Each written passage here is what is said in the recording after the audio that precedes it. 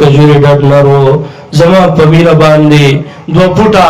دولېشتا هغه فراق برداشت نه کړی شه زما په مینه باندې وجړېده ای زما امتي تاسې اقدام کړی دی. معزز سامعینو الہ العالمین دی زموږ ستاسو کامل اتباع د امام الانبیاء علیه الصلاة والسلام دا نصیب. معززو د مصنف لابن ابي شیبه پر روایت باندې دا واقعا ډیر عجیب واقعا دا اوس چې کومه زه بیانوم ستاسو په وړاندې باندې امام الانبیاء علیه الصلاة والسلام مبارک با چې کله خطبه لوسته د جمعې په ورځ باندې نو د کجوري یو ډډ ته به نبي علیه الصلاة والسلام شاه مبارکه به هغې سره لګوله خطبه به یې لوستله. روایت کې راځي فلما صنع له منبر چې هر کله د امام الانبیاء علیه الصلاة والسلام مبارک د پاره منبر شریف جوړ شه چې هر کله نبی کریم علیه الصلاة والسلام ته منبر شریف حاضر کړی شه امام الانبیاء علیه السلام راغی وقام علیه امام الانبیاء علیه السلام مبارک باغی منبر شریف باندې ودرېده صحابه کرامو ته خطبه دا شروع کړله. روایت کې راځي وحنا حنین الناقه بل روایت کې دا راځي وحنا كحنین الناقه هغه د کجوري ډډ د اوښې د جراوي په شان اواز شروع کړه.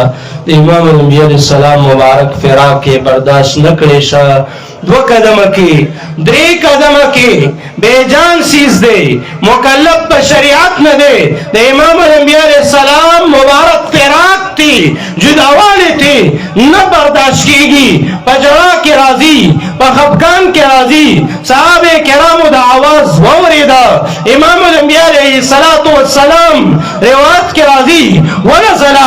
عن المنبر د منبر شریف نه راکوز شه فضمه الیه فسکن مبارک د کجوري دا ډډ د دواړه لاسونه یې چاپېره کړه هغه په خاموش باندې شه आवाज یې غلی شه. معززو دا خو د هغه چا مینه وه چې نبی کریم علیه الصلاة والسلام سره اظهار د خپل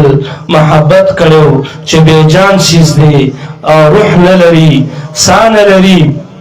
مکلف په شریعت نه دی هغې ته پیغمبران د ارشاد دپاره نه دي راغلي و انسان ته خو اشرف د مخلوقاتو یې تا ته پیغمبران د ارشاد دپاره راغلي دي تا ته کلام عظیم الشان راغلی دی تا ته نور کتب سماویه راغلي ستا د ارشاد او د هدایت دپاره ته مکلف په دې وي چې ته د اله العالمین سره د محبت اظهار وکړې د امام الانبیاء علیه السلام سره اولیاء کرامو سره د خپل مینې او محبت اظهار وکړې او موږ تاسو څه وکړو معززو